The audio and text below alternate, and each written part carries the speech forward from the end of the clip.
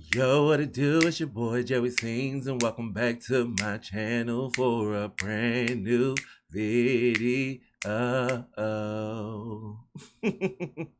What is good, backup singers and new faces? It's your boy Joey Sings, and welcome to the channel, or welcome back to the channel, honey. Yes, y'all read the title right. We is getting back in the Hamination, y'alls, and this is called my toxic traits. Listen, I seen this comment right here up under my drop request thing, and it just said Haminations. It ain't say which video, so I'm gonna watch the most recent one, okay?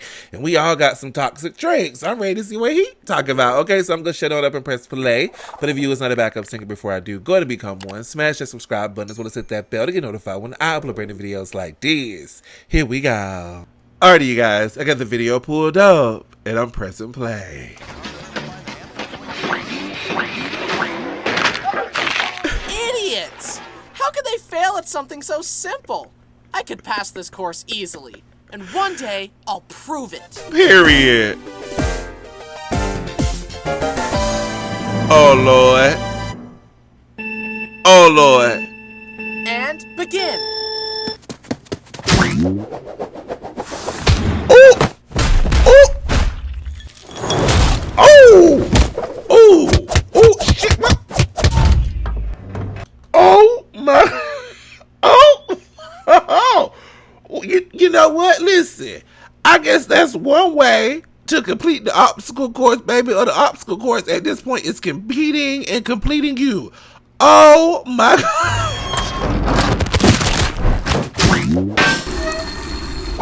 Ooh! Ooh! Ooh! Ooh! Ooh! Ooh! Ooh! I did it! I knew I could. Hi, I'm Bryson, and usually on this Oh my channel, I gosh. portray myself as the good guy.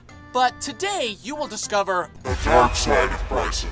let's go over my toxic traits. Shouldn't take that long to get through. Why is the list still going? Now, I love animals so much and would never do anything to hurt them. Except for bugs and insects. When I see one of these creepy crawlies on my territory, my sweet nature vanishes and I become a sadistic on-site killer.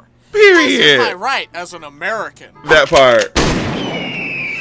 Some no good to the world wasps started setting up nests on my house. Without even paying rent, by the way. Right, so I rude. sprayed them with wasp spray. I won't lie, I enjoyed watching them perish. Which reminds me, this here is a salt shotgun. Here's how it works. First of all, listen, I am the same way. I don't like her. Okay, if I see a spider, a bee, a fly, baby, I'm trying to spray it down. You gotta go. It's either you or me, and I'm gonna choose me. Okay, I don't like a bug. If you don't have one, a normal shotgun is a perfectly fine substitute. And this is a button that could magically kill every mosquito. We need that button. Basically, if any bugs are watching, I hate ya, and I'll kill ya. All other animals, you're good. But enough of my Period. crimes against bugs. Let's get into my crimes against people. Ooh. I judge people for being fans of nerdy things. Because they're nerds. Even if I like the exact same things, I'm not a nerd. I'm too cool for that. And my liking it is not the same as them liking it. I'm built differently. I'll literally be in line at the Lego store on the release day of some new Lego sets, and there are people there, you know, talking about Lego, and I'm all like, ha, look at these nerds. Have they no shame? When I do it, it's cool, but when they do it, it's lame. That'll be $1,800. Ha, put it on my Lego brand credit card. See you next week, Jared. Out of my way, nerds. It's the same thing when I'm stuck in traffic. Like, why are all these people on the road when I myself am also on the road? That And again, part. with crowded public spaces. Why are all these people here? Don't they know this public space is for me? Another time, my family and I went to a model train store because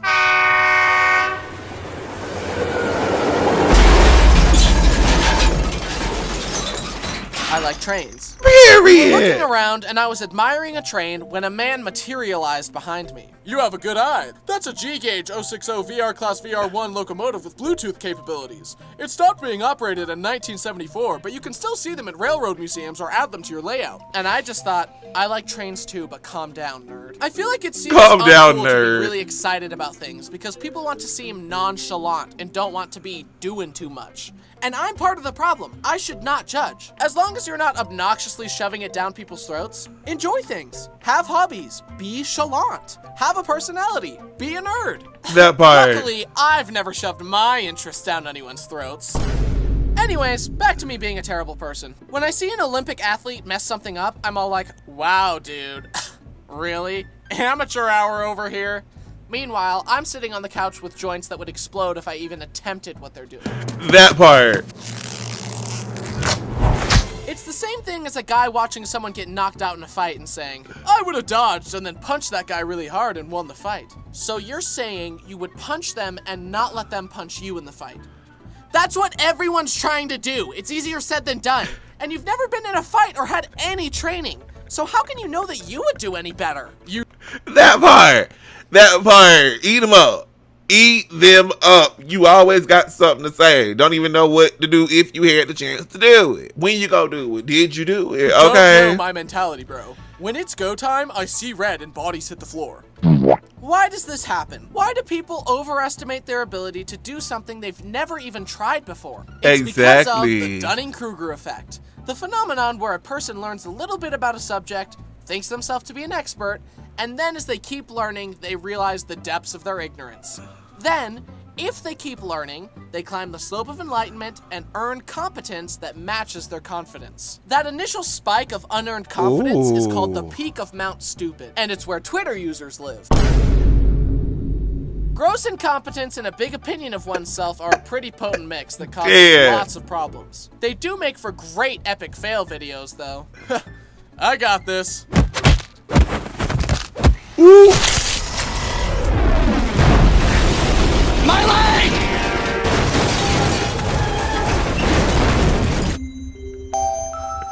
The sound effects alone of that just took me out because, baby, yeah. Self-importance, period. I'm guilty of getting on Zoom calls and just looking at myself the whole time.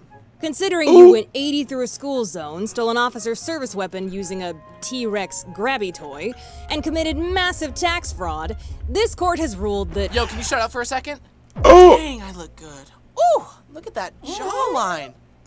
life in prison, no bail. I don't feel that bad about this one, because I know you do it too on your Zoom calls. When I text someone and it says they have their notifications silenced, I always hit notify anyway. Who do you think you are, Mr. High and Mighty? You know what? Take a second to hear what I have to say. I will That not part. be silenced.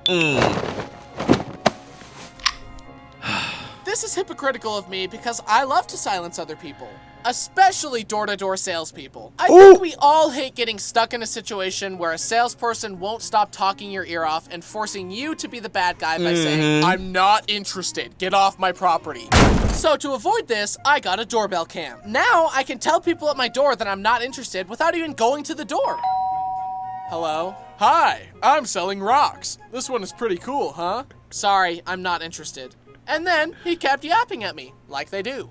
I just think it would be good to jump on this 2 rocks for the price of 1 deal we have. This is a once-in-a-lifetime opportunity. And as I waited for a moment in the conversation to tell him to leave, the camera made a noise. I think it was automatically letting the guy know that it was recording, but he assumed that the sound meant that I hung up on him. So he got mad and said, wow, to hang up on me is crazy. And even though I could have explained myself, I thought, well, he's leaving. I'm getting what I want. So I just let him leave in a huff. And nowadays, I won't even answer the doorbell cam to salespeople. I'll just watch them slowly lose their resolve and leave my porch. It's great! When I watched movies as a child, I would self-insert myself as the cool character, and I would imagine my brothers as the mean guys. And it wasn't just in movies. I remember being a child reading the biblical story of Joseph, where his dad likes him the most, and his brothers get jealous of his threads, so they sell him to Egypt. But Joseph ends up ruling over them.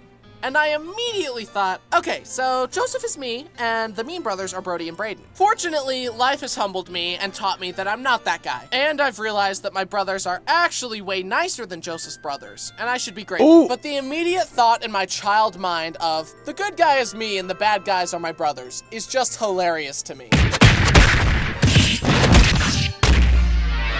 Oh! Ooh. That's me. How? You can't do any of that. You don't know my mentality, bro. When it's go time, I You see don't red my and bodies mentality, on the floor. bro. You are 5 years old. Have you heard of the Dunning-Kruger effect? I used to never admit when I was wrong. Luckily, I grew out of this one, but when I was 12, I was playing this video game with my friends where you throw ninja stars at bad guys. We were competing against each other, and I was in the lead. I took my turn, then Travis went. He threw the ninja stars faster and better than me, and he won the whole thing. I started to have big feelings about that and said, it was a glitch. It wasn't working when it was my turn, but it worked for you. My friend said that I lost fair and also square, and I was pissed. Then later I thought, I was wow, pissed. that was embarrassing. Maybe I should just swallow my pride, admit when I'm wrong, and be so for real. Wait, is this what a healthy emotional response feels like? A lesson a surprising number of adults still haven't learned yet. Ooh. I think it's because And people... you better clock him. You better clock him, baby. I'm here. Baby, I'll be the first one to say when I did something wrong. Listen, I will admit it, apologize, and move forward. wrongfully associate admitting mistakes with weakness. When in And it's actuality, admitting you made a mistake is the more courageous and strong thing to do. To put it briefly, when you make a mistake, you can either double down or level up. I apologize to my friends, and I'm good at admitting when I'm wrong now, because it happens all the time. It's okay to admit I when you're love wrong. it. Just say oopsie daisy. Objection, Your Honor. My client pleads oopsie Oopsie daisy. daisy. Sustained, innocent. He finna get on us. If you're a stickler about honorifics, I immediately don't like you. Like, insisting that everyone refer to you as Dr. Jones, especially considering that that's not a normal thing for any other profession. Actually, you have to call me Accountant Allen. You have to. Should I force you all to refer to me as high school graduate Bryson? I can understand these in certain situations, like if your young son had a friend over and the friend said to you, "Yo, what's up, Tyler?" I think it's okay to ask a child to call you Mr. Stevens. That But is true. If you're just at a party with people your age and they're like, "How you doing, Craig?"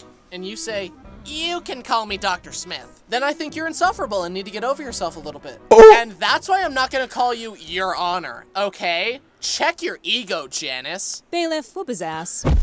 Oopsie daisy. Oopsie daisy.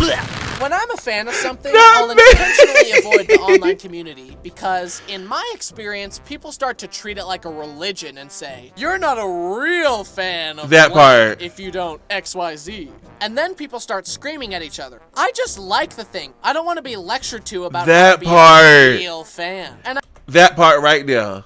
Okay, because I like what I like, baby. I will, I get it 1,000%. Okay, you ain't gotta be mean to me because I ain't as deep in it as you is. I Okay. don't want strangers on the internet to ruin this thing that I like because this thing is for me. Don't gatekeep me because I'm not as devout as you and I don't meet some arbitrary rules you made up. Even if someone sees a character design from a show they haven't watched and says, "I like that," boom, they're a real fan. That doesn't mean they have to get a tattoo of it. There's no Hello. committee that has to deem someone worthy of calling themselves a fan. And that's when it hit me. I don't like when other people are being judgmental. So I shouldn't do it either. Basically, me judging people for judging other people helped me learn not to judge people as much, okay? Of course, I'm not perfect at this. I am a work in progress, and I will still judge people sometimes. For That example, part. I love to listen to internet stories and decide who's in the wrong. Part of why I like it is to try and be a better person, to perceive as many perspectives as possible, and learn from others' mistakes to apply them to my own life. But I the love that. other reason I like it is to judge the people in the story and take the moral high ground and think about how I'm a better person and would never do the bad things the people in the story did. Am I the bad guy for shooting my neighbor? Okay, let's hear them out. Wait. I, 32F, shot my neighbor, 42M, in the head because his dog pooped on my yard. So I knew I had to take matters into my own hands. You was wrong, sis. I have 550 unread messages on my phone, and I've never once in my life read an email. Your message has a 50% chance of being read by me, and an even smaller chance of getting a response. I actually like the little red alert on the app. It looks naked without it. But then, of course, I expect other people to respond to my messages and hear what I have to say. I end up interrupting people because if I don't say what I'm thinking right now, I'll forget. And I hate forgetting. If I do forget something, I try to It'd be like that rewind what everyone sometime. said to try and find the part of the conversation that will remind me of what I was thinking. Speaking of interrupting, sometimes I'll interrupt the entire flow of the conversation to make everyone wait for me to slowly look up a meme and show it to them, and then get upset when they aren't paying attention. Dude, look. Ooh. Hey, are you looking? Funny, right? Do you like that part? Huh? My conversation style is show and tell, as you could probably guess by looking at my channel. I'm kind of a yapper. I'm working on doing less show and tell and doing more look and listen. But before I do that, check out this picture really quick. Are you looking? Oh. Hey, pay attention. Look. Beautiful, isn't it? Now say some compliments about it. Go on. I'm waiting. I'm hesitant to try new things because I've already discovered what I like. I'm an outfit repeater, a meal repeater, and a movie rewatcher. And proud. I know what I like. When I say that I like a restaurant, what I actually mean is that I like the one meal I get there every single time. When I look through the menu, I'm acting. It's a lie. The waiter knows exactly what I'll order, and so do I. It's the same as the last 29 times. I'm working on being more adventurous and trying new things because it's good for me. And it turns out, when you try new things, you find more things to like. Who knew? Will you take option A, rewatch Avatar The Last Airbender for the 600th time? Ooh. Or option B, watch this new show that your friend recommended to you that has a perfect 10 on IMDb and get $1 million. This is a tough one. In conclusion, I'm a flawed human being, but I learned today that as you keep working on your faults, you'll be able to do amazing things. I For love example, that. Look how much better I am at this obstacle course now. Oh no.